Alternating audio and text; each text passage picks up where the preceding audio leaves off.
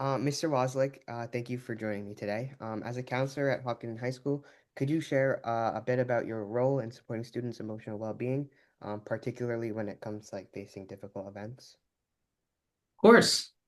Yeah, us as counselors at the high school, really at any level, but working at the high school, our job description very much includes supporting students where they're at, and that isn't just academically, but social, emotionally, and mentally, and otherwise, personally. So, our role is very active and proactive as best as we can, providing different resources to students. For example, the grief support group that we set up, and I'm sure we'll get more into that. But among many other things, just meeting with students on a one-to-one level, making sure they know that there's someone in the building that is there to listen and advocate for them if there's something that they're going through. So our role as counselors is certainly very active in that department. hmm So my initiative like mainly focuses on like bringing grief resources to schools, particularly the high school and the middle school so far. So, from your perspective, what are some of like the unique challenges that students face when grieving, while also like trying to maintain like their academics and social lives at school? Boy, yeah, there's so many factors. If we spend enough time to list them, I mean, I can think off the top of my head.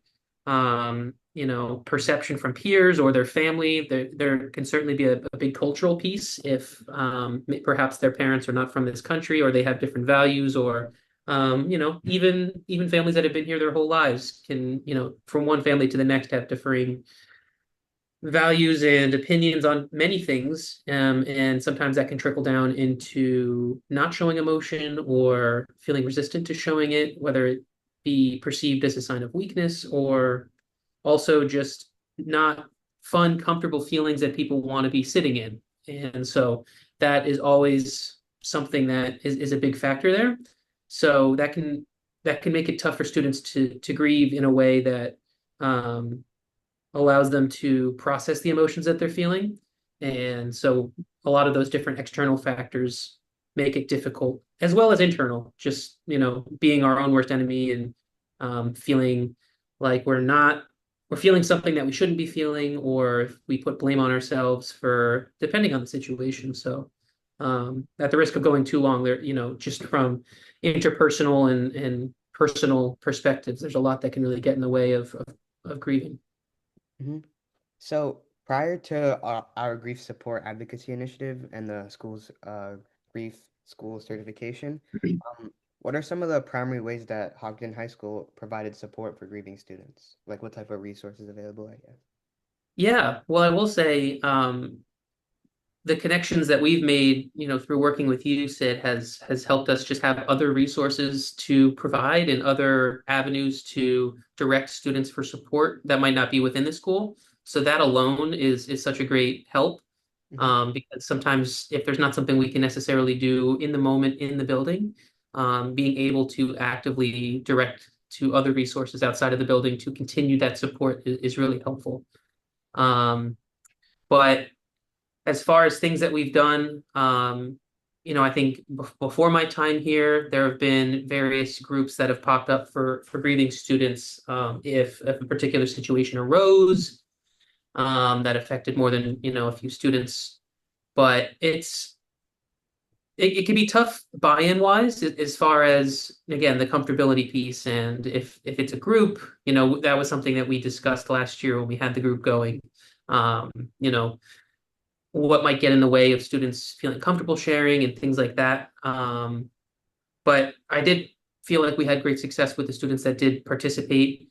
Off the top of my head, I know we were lucky to work with Hopkinton Youth and Family Services, and they provided a giant stack of what to do with a grieving student around the holidays. That was around Christmas time, and we provided a bunch of those to our staff members in each of their filing folders, so they were able to grab a copy of that in case they themselves need some support. So us as counselors can also help the staff, not just the students. So were there any like gaps or areas within the grief support system at the high school that you felt needed more attention, and how grief was addressed within the school environment?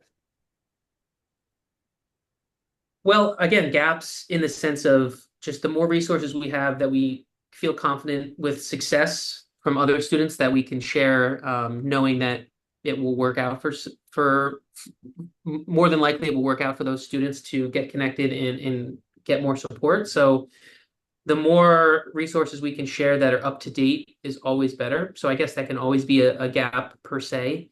Hmm. Um, and I think it's very individualized. So the the gap that might exist in supporting students, we might be able to provide different resources, but it's also, a two-way street in them being willing to receive support, things like that. So I feel like year over year, it kind of ebbs and flows with how intensive we immediately tackle grief, because I guess we have a different student body every year. Hmm. But, life happens continually, and that's something that doesn't stop happening, year in and year out. So the support that we can provide and resources in and out of the building is always really helpful. Hmm. So our initiative has focused on bringing awareness, resources, and training to schools, leading to Hopkinton High School's grief certification, of course. So from your vantage point, what are like tangible change or improvements that you've observed in how the high school now approaches student grief support since like the certification from the New York Life Foundation? Well, I'll say I think from the get-go we have been very mindful of things like that. I know even without any resources in particular, just administration making sure to reach out to students and staff if there's been a loss in the district or anything like that.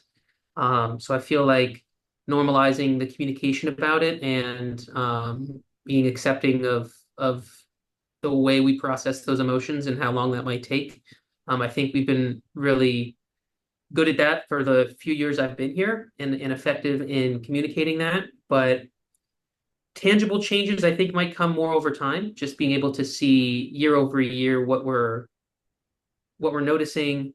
The more years we're able to establish maybe a group or do other things like that, we can maybe notice trends. Certainly the students might be different, but just general trends about the support that we offer and don't offer and what areas we discover our needs.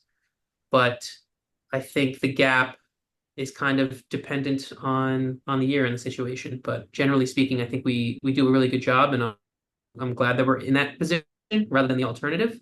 Hmm. So I guess that's what I would say for that. So, how has the like I guess grief certified status influenced the school's culture regarding openness about grief and loss? Like, do you see more students or staff feeling comfortable discussing these topics? Because I know it's a very personal topic, so it can be Yep. difficult for students to come. But I know, especially with the group that we've had students come ahead and discuss it with us. But yeah, what are Yeah. your thoughts on that? Um, well, it's interesting. I guess, we luckily we have the a few of those stickers that we put on our counseling window that note that we're, a grief certified school. But I guess, you know, some students or many students that might not go on the radar for them. So I would be interested to see if just on a passive level, if students have seen that and feel more comfortable sharing things. I personally haven't heard anything in that regard, but that certainly doesn't mean it isn't happening. And I think just um, outwardly showcasing through different signs and also our actions that we support those students and other things like those emails I talked about. Um, I think those really go a long way, and I would be curious to see if students start feeling more comfortable or expressing that the certifications and the services that we've been able to provide in addition to what we already were doing have felt made them feel more comfortable. Hmm. So I guess it's kind of hard to tell, but I would like to think that students have been feeling more comfortable as a result. And the more we continue to provide services, the more normalized it will be. Hmm. Could you just like speak a little bit on like the support group that we had going on last year and the impact that that's had? Yeah, yeah. That's a great example of just a direct, you know, one-to-one or small group support that we were able to provide thanks to the connections with Jeff's Place that you so graciously connected us with. And um, that I felt like the students that attended that, it was, again, they wanted to wait and see kind of how it was shaking out. The first couple sessions, I think it was just kind of getting to know the lay of the land, who was the representative coming over leading the group, but also the other peers in that group with them. And what do you share? What do you not share? I remember having extensive conversations with Jess from Jeff's place about all that. And you take each individual where they're at, and I Hmm. felt like there was a lot of growth from when I was kind of in the corner, just observing how the group was going, and I think there were some good connections made within the students as well. Hmm. Unfortunately, the group isn't running this year, but the scheduling was from Jeff's group. They let me know that they are a little bit short-staffed, and Yeah. so I'm going to be looking forward to reaching back out next year Hmm. and putting feelers out to the other counselors and seeing if there's the same students or different students that would be good fits for something like that. So I'm looking forward to trying to bring that back up for next year, among other things. Hmm. That's great. So on that topic, actually, I've been asking for like feedback on ways that I think I could improve it. So one thing that I've talked to teachers in the middle school about is they've gone through like the grief certification, they've talked to Just Place a little bit, but one thing that they think that they missed out on is the real like assistance, I guess, with counseling. And I think that's outside of like the counselors of the body, just teachers in general. When they have students that come Mhm. up to them who are grieving and they need help, they find like a little bit of difficulty there. And one Yeah, thing that they notice is like the grief certification, it gives them a general understanding, but it's very difficult on a case by case basis to say, oh, this is how I approach this student, this is how I approach this student. And right. I understand training on that regard is a little bit difficult, but it's something that I'm looking to do moving forward. So, what other like improvements do you think I could have on my initiative, just basic feedback. Well, I commend you saying what should I do, but I think it's a group effort, right? I think you make a great point about the staff awareness and not non-counselor specifically, right? They're going to be seeing many more students on a daily basis for probably longer periods of time, right? So the exposure to those students and who they see more often, it might be the teachers, and teachers feeling a little bit more comfortable having access to skills, tips, tricks, resources to more effectively handle those uncomfortable situations and support their students can go a long way. Like I said, those Christmas pamphlets about grieving children during the holidays that we provided to staff. The grief certification came with a box of resources, including some cards translated into English and Spanish, kind Hmm. of talking about similar things, what to do with a grieving student. So we shared those as well.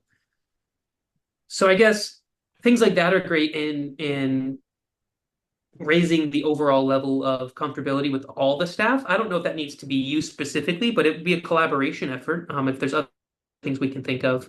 Um, but I like where your head's at, trying to find different ways to improve, not just from a student perspective, but also just the whole school district, the whole building at least. Hmm. So, let me think. So, looking ahead, what are your thoughts on like the future of grief support at Hopkinton High School?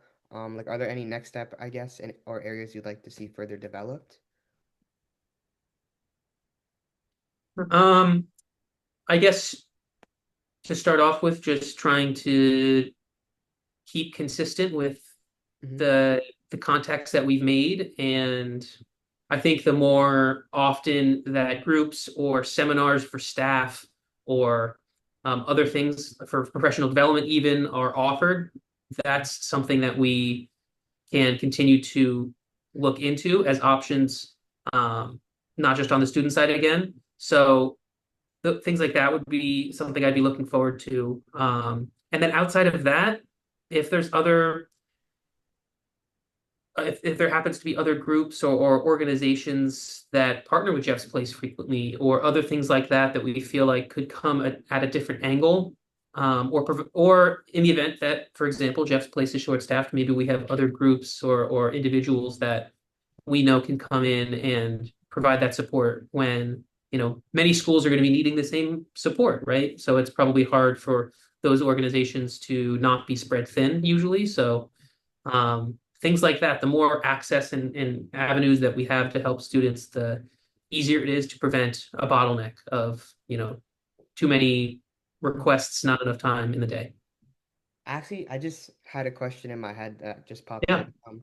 So how do you approach students who are grieving at like different levels in their academics, I guess? So like when you're in like freshman year versus when you're like, I guess, applying to college, like similar to where I'm at right now, like Hmm. different stresses from school can be like varying, Yeah. where you are academically. So how do you approach grief from that standpoint, looking at like outside stresses from academics? It's something you're always cognizant of, especially knowing that, none of us know what's fully going on in another's life. And for any of the students, perhaps like yourself, that we've discussed conversations like that, Mhm. there could be twice as many people that are going through those same things, but even with the counselor aren't comfortable sharing, and that's fine. That's something where you meet them where they're at, and if you feel like resources outside of school would be beneficial, you can talk to them about that. But sometimes you take it slow, and um, those pieces of the puzzle might not even reveal themselves. You might just see the forward-facing academic stress and results, and you can talk about that too. But I would say from a grade to grade perspective, I don't feel like it changes that much aside from what they're dealing with within the school, but they're human beings. So in any given year, they're going through personal stuff that might affect them in any year. So I try not to discount that fact and that possibility. So I like to think I am generally the same on a baseline level, and then from that point, you kind of individualize it and see how this student seems to receive conversation. If they're more reserved and want to take it slow, if there's someone that seems willing to open up, you want to establish that relationship of trust first before you go any further. So maybe the freshmen, since they don't know me yet, you really want to just introduce yourself and go from there. But it depends. Mhm. And so I guess we've reached the end of my questions, but I have one final question that I ask at the end of all my interviews. So, Sure, what gives you the hope to do the work and do be in the work that you do every day? it's a great question. Um, well, you you surround yourself, if possible, with people that are like-minded and going along the same course and trajectory that you are. And I think our school is really fortunate in that regard. Mhm. Um, what gives me hope also is just people like, students like you and others that are just raring to go and find different ways to support themselves and others and just being very altruistic. I really respect things like that. And we're all living in our own little world, so sometimes it feels like we can't do all of the jobs, all of life's responsibilities on our own. But then I see students like yourself who have many aspirations and are raring to go, that it just kind of reinvigorates you as well. So I think hope in the future of what the world and what schools with grief support might look like, knowing that there is more and more attention being drawn to it. Okay. Well, thank you, Mr. Waselik, for all your time and all the help you've given me over the years with this grief support initiative. Of course, thanks for setting it up and obviously getting it all started with me, Sid. So I appreciate it. Mhm.